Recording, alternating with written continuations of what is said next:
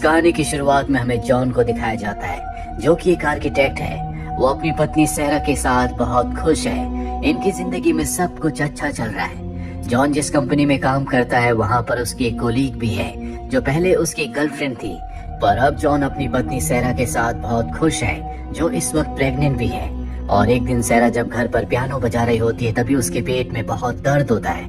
वो जॉन को बहुत कॉल करती है, लेकिन जॉन उसका कॉल रिसीव नहीं करता। दरअसल इस वक्त जॉन ऑफिस में होता है। कुछ देर के बाद जब वो अपना फोन चेक करता है तो उसमें सैरा की बहुत सारी मिस्ड कॉल्स होती हैं। उसे पता चलता है कि सैरा हॉस्पिटल में है।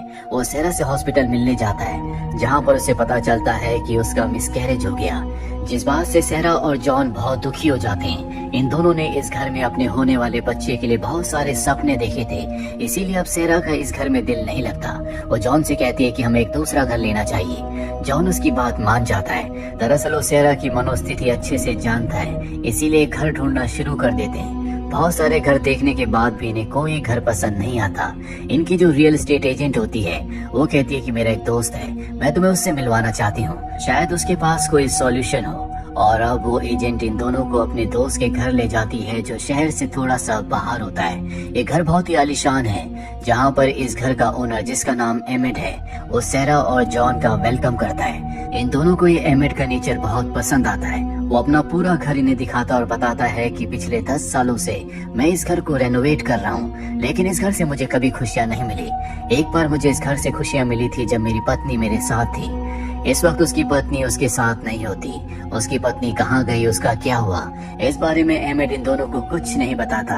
एमिड पूछता है कि तुम नया घर क्यों खरीदना चाहते हो। सैरा कहती है कि हम पुरानी यादों को पीछे छोड़कर एक नई शुरुआत करना चाहते हैं। एमिड कहता है कि ये बहुत अच्छी बात है, हर एक इंसान को जिंदगी में नई शुरुआत करने का मौका मिलना चाहिए। ये दोनों देखते हैं कि यहाँ पर बहुत सारे हथियार भी हैं। एमिड बताता है कि ये हथियार इस घर से जुड़े हुए हैं। इस घर की खुदाई के दौरान हमें ये मिले थे, इसीलिए मैंने इन्हें घर पर ही रखा हुआ है। ये सब के सब रात को बहुत अच्छा टाइम स्पेंड करते हैं। एमिड कहता है कि आज रात को तुम दोनों यहीं पर रुक जाओ। सैरा उसकी बात मान जाती है। अगली सुबह दोनों के दोनों जब उठते हैं तो ये देखते हैं कि एमिड घर पर नहीं है। उसने इन दोनों के लिए एक लेटर छोड़ा होता है, जिसमें लिखा होता है कि ये घर मैं तुम्हें दे सकता हूँ, यहाँ तुम अपनी जिंदगी की नई शुरुआत कर सकते हो। बस एक ही शर्त है, नीचे एक दरवाजा है जो कि बेसमेंट यानी कि तहखाने का है, उस दरवाजे को कभी मत खोलना। अगर तुमने उस दरवाजे को खोला तो मैं तुमसे घर वापस ले लूंगा, और अगर तुम घर को नहीं खोलते तो तुम हमेशा यहाँ पर रह सकते हो, ये घर तुम्हारा हो जाएगा। सैरा और जॉन को ये बात बहुत अजीब लगती है, लेकिन इन दोनों को ही ये घर बहुत पसंद होता है। ये दोनों यहाँ पर रहना चाहते हैं, लेकिन जॉन के दिमाग में बहुत सारे सवाल होते हैं कि नीचे तहखाने में क्या है, क्यों इन दोनों को दरवाजा खोलने से मना किया गया। सैरा उसे समझाती है कि हमें इस बात से कोई लेना देना नहीं कि वहाँ पर क्या है, ये बहुत ही आलीशान घर है, हम यहाँ पर अपनी जिंदगी की नई शुरुआत कर सकते हैं। जॉन उसकी बात मान जाता है और अब इनकी रियल एस्टेट एजेंट भी यहाँ पर आ जाती है। दरअसल एमिड ने उसे सब कुछ बता दिया होता है। ये दोनों अब यहाँ पर रहना शुरू कर देते हैं, इसीलिए ये एक हाउस वार्मिंग पार्टी रखते हैं, जिसमें इन दोनों के बहुत सारे फ्रेंड्स आते हैं। यहाँ पर जॉन की वो कोलीग भी आती है, जो उसकी एक्स गर्लफ्रेंड थी। दरअसल जॉन ने उसे इनवाइट नहीं किया था, वो बिना इनविटेशन के पार्टी में आ गई थी। जॉन उसे अकेले में ले जाता और बताता है कि अब मैं शादीशुदा हूँ, मैं अपनी पत्नी के साथ बहुत खुश हूँ, हमारा जो रिश्ता था वो खत्म हो चुका है। तभी बाहर एक आदमी आता है जिसके हाथ में गैसोलीन होता है। उसकी बॉडी लैंग्वेज, उसके एक्सप्रेशंस को देखकर ऐसा लगता है जैसे वो अपने आप को जलाना चाहता है। तभी वहाँ पर जॉन आ जाता है। वो बताता है कि पहले मैं भी इस घर में रहा करता था, इससे पहले कि बहुत देर हो जाए, सब कुछ खत्म कर देना। ये कहकर वो आदमी वहाँ से चला जाता है। जॉन को कुछ समझ नहीं आता कि उस आदमी ने ऐसा क्यों कहा। उसके दिमाग में अब भी बहुत सारे सवाल हैं, जो सारे के सारे सवाल नीचे तहखाने से जुड़े हुए हैं। वो जानना चाहता है कि उसके अंदर क्या है, और चाहकर भी वो उस दरवाजे को नहीं खोल सकता, क्योंकि अगर उसने दरवाजे को खोला तो उन्हें इस घर को छोड़ना होगा।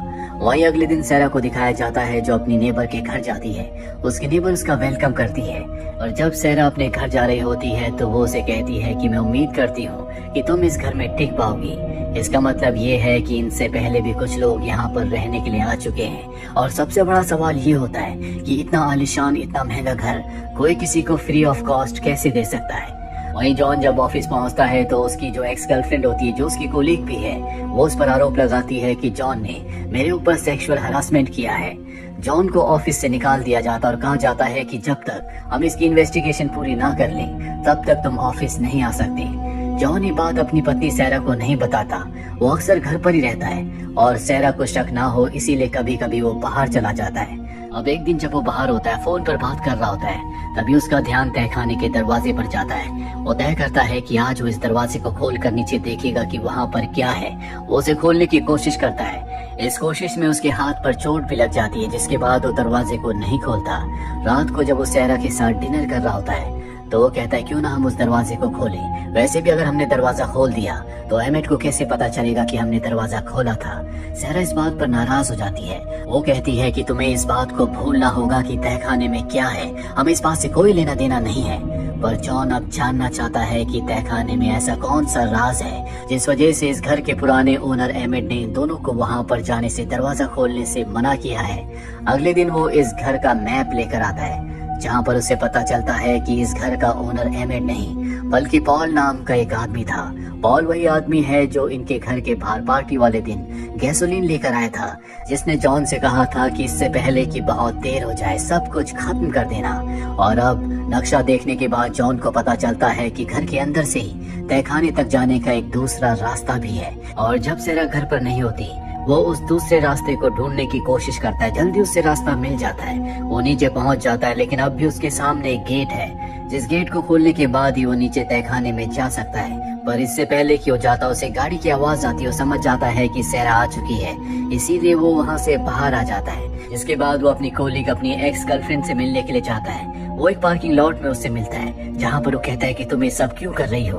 वो कहती है कि आज जो कुछ सैरा के पास है उस सब पर मेरा हक होना चाहिए था। तुमने मुझसे वादे किए थे, जिन वादों को तुमने तोड़ दिया, और अगर तुमने अब मुझे नहीं अपनाया तो मैं तुम्हारी पत्नी सैरा को सब कुछ बता दूंगी। जॉन कहता है कि अगर तुमने ऐसा किया तो मैं तुम्हें जान से मार दूंगा। दरअसल अब तक सैरा को नहीं पता कि उसकी एक्स गर्लफ्रेंड की वजह से उसे जॉब से निकाला गया है, और जब तक इन्वेस्टिगेशन नहीं होती वो जॉब पर वापस नहीं जा सकता। लेकिन हर रोज जॉन घर से निकल जाता है ताकि उसकी पत्नी सैरा को उस पर शक ना हो। अब एक दिन सैरा जब अपने घर को रेनोवेट कर रही होती है तभी उसकी तबीयत खराब हो जाती है। टेस्ट करने पर उसे पता चलता है कि वो प्रेग्नेंट है, और तभी बेड के नीचे उसे वही नक्शा मिलता है जो इस घर का है, जो जॉन लाया था। उस नक्शे को देखकर उसे पता चलता है कि नीचे तहखाने तक जाने का एक और रास्ता है। उसे वो रास्ता मिल जाता है। तभी हमें घर के बाहर दिखाया जाता है जहाँ पर जॉन की कोलीग आ जाती है। दरअसल वो सैरा को सब कुछ बताना चाहती है। वो घर के अंदर आकर देखती है जहाँ पर जॉन और सैरा की फोटोज होती है। साथ ही उसे वो टेस्ट भी दिख जाता है जिससे उसे पता चलता है कि सैरा प्रेग्नेंट है। तभी हम सैरा को देखते हैं जो नीचे बेसमेंट से ऊपर आती है। घर का दरवाजा खुला हुआ है लेकिन घर में कोई नहीं होता। कुछ देर के बाद जॉन जब अपने घर के बाहर अपनी गाड़ी में होता है तो वो अपनी कोलीग, अपनी एक्स गर्लफ्रेंड की गाड़ी वहाँ पर देखता है। उसे देखकर उसे बहुत गुस्सा आता है। उसे पूरा यकीन हो जाता है कि उसने सैरा को सब कुछ बता दिया, इसीलिए वो अपनी गाड़ी से उसकी गाड़ी का पीछा करता है, लेकिन वो गाड़ी को बहुत स्पीड से चलाती है। इसीलिए जॉन उसे चेज नहीं कर पाता, जिससे उसे बहुत गुस्सा आता है। रात को जब वो घर पर आता है तो उसे लगता है कि सैरा अब उससे लड़ेगी, और सैरा बस उसे यही कहती है कि मुझे घर का मैप मिल चुका है जो तुम लाए थे। तुम बेसमेंट में दूसरे रास्ते से जाने की कोशिश कर रहे थे। मुझसे वादा करो कि तुम ऐसा कभी नहीं करोगे। जॉन उसकी बात मान जाता है। सैरा उसे ये भी बताती है कि वो प्रेग्नेंट है, जिससे जॉन बहुत खुश हो जाता है। अगले दिन जॉन को उसकी कंपनी से कॉल आता है जिसमें उसे बताया जाता है कि उसके ऊपर उसकी एक्स गर्लफ्रेंड यानी कि कोलीग ने सेक्सुअल हरासमेंट का उस पर जो आरोप लगाया था वो पूरी तरह से बेबुनियाद है। वो एक बार फिर से अपनी जॉब ज्वाइन कर सकता है। जॉन को इससे बहुत खुशी होती है। वो एक बार फिर ऑफिस जाना शुरू कर देता है। पर एक हफ्ता बीत जाता है। उसकी कोलीग एक हफ्ते से गायब है, उसी दिन से जिस दिन जॉन ने उसकी गाड़ी का पीछा किया था। अब जॉन जब अपने घर में अपने होने वाले बच्चे के कमरे को रेनोवेट कर रहा होता है तभी उसे एक तस्वीर के पीछे एक गोली दिखती है, जिससे उसके दिमाग में एक थ्योरी आती है। वो अपनी पत्नी सैरा से कहता है कि इस घर में रहने वाले पहले ओनर, जिसका नाम एमेट था, आज से 20 साल पहले उसकी पत्नी और उसका बेटा उसे छोड़कर चले गए थे। मुझे लगता है कि उसने उन दोनों को मारकर नीचे तहखाने में उनकी लाशों को दफना दिया। हमें वहाँ पर जाकर देखना चाहिए। सैरा कहती है कि ऐसा कुछ नहीं है। अगर उसने अपनी पत्नी और बेटे को मारा होता तो पुलिस उन्हें ढूंढने के लिए यहाँ पर जरूर आती, उन्हें तहखाने में लाशें मिल जाती। हमें इन सब चीजों के बारे में नहीं सोचना चाहिए। वैसे भी मैं प्रेग्नेंट हूँ, मेरे आने वाले 9 महीने बहुत टफ होने वाले हैं। जॉन उसकी बात मान जाता है। अब अगले दिन जॉन के घर में पुलिस इन्वेस्टिगेशन करने के लिए आती है, जहाँ पर जॉन से कई सारे सवाल पूछे जाते हैं। जॉन सभी सवालों का सही सही जवाब देता है। वो कहता है कि पहले मेरे रिश्ते थे, लेकिन अब मेरा उससे कोई रिश्ता नहीं था। साथ ही उसने मेरे ऊपर झूठा सेक्सुअल हरासमेंट का आरोप भी लगाया था, जो कि पूरी तरह से गलत था। उसकी पत्नी सैरा इस सब कुछ सुन लेती है। इसीलिए पुलिस के जाने के बाद इन दोनों के बीच में आर्गुमेंट्स होते हैं। वही जॉन अब जानना चाहता है कि तहखाने में क्या है। दरअसल बार बार उसके दिमाग में तहखाने को लेकर बहुत सारे सवाल आ रहे होते हैं। इसीलिए वो इस घर के पहले ओनर के पास जाता और पूछता है कि तहखाने में उस सेलर डोर के पीछे क्या है, मैं जानना चाहता हूँ। वो बताता है कि ये घर शापित है। मैंने अपनी पत्नी के साथ यहाँ पर बहुत अच्छा वक्त बिताया था, लेकिन बाद में हम दोनों का डाइवोर्स हो गया। तुम उस दरवाजे को मत खोलना। अगर तुमने दरवाजा खोला तो तुम्हारा कॉन्ट्रैक्ट टूट जाएगा। तुम्हें उस घर से जाना पड़ेगा। दरअसल वक्त बीतने के साथ साथ पॉल की दिमागी हालत कमजोर हो चुकी है। जॉन को अपने सवालों का जवाब नहीं मिलता, इसीलिए वो तय करता है कि किसी भी कीमत पर वो तहखाने के दरवाजे को खोलेगा। वो घर जाकर उस सेलर डोर का तहखाने के दरवाजे का ताला तोड़ देता है। पर इससे पहले कि वो उस दरवाजे को खोलता, सहरा पीछे से आकर उसके सर पर वार करती है, जिससे वो बेहोश हो जाता है। और जब उसे होश आता है तो घर के अंदर होता है। सहरा उसके सामने होती है। वो पूछता है कि तुमने ऐसा क्यों किया। सहरा कहती है कि अगर तुमने उस दरवाजे को खोला तो मेरे बहुत सारे राज खुल जाएंगे। वो समझ जाता है कि उसकी गोली को और किसी ने नहीं बल्कि सहरा ने ही मारा है। जॉन पूछता है कि तुमने ऐसा क्यों किया। सहरा कहती है कि उस दिन वो हमारे घर पर आई थी और वो कह रही थी कि जो कुछ आज तुम्हारे पास है वो सब पर मेरा हक है। वो मुझसे तुम्हें छीनना चाहती थी। मैंने उससे ऐसा कहने से मना भी किया, लेकिन वो बार बार एक ही बात को बोल रही थी और धीरे धीरे मेरी तरफ बढ़ रही थी। इसीलिए मेरे हाथ में जो गन थी मैंने उससे गोली चला दी, जिससे उसकी मृत्यु हो गई। दीवार पर जो गोली जॉन को मिली थी वो गोली उन्हीं गोलियों में से एक थी जो उसने जॉन की एक्स गर्लफ्रेंड यानी कि कोली के ऊपर चलाई थी। वो बताती है कि उसे मारने के बाद उसकी बॉडी को मैंने नीचे बेसमेंट में छुपा दिया, जिसके बाद मैं उसकी गाड़ी लेकर यहाँ से निकल गई और जंगल के बीचों बीच छोड़ दिया। जॉन को समझ में आ जाता है कि उस दिन जब वो अपनी कोलीग की गाड़ी का पीछा कर रहा था तो उसे सहरा चला रही थी।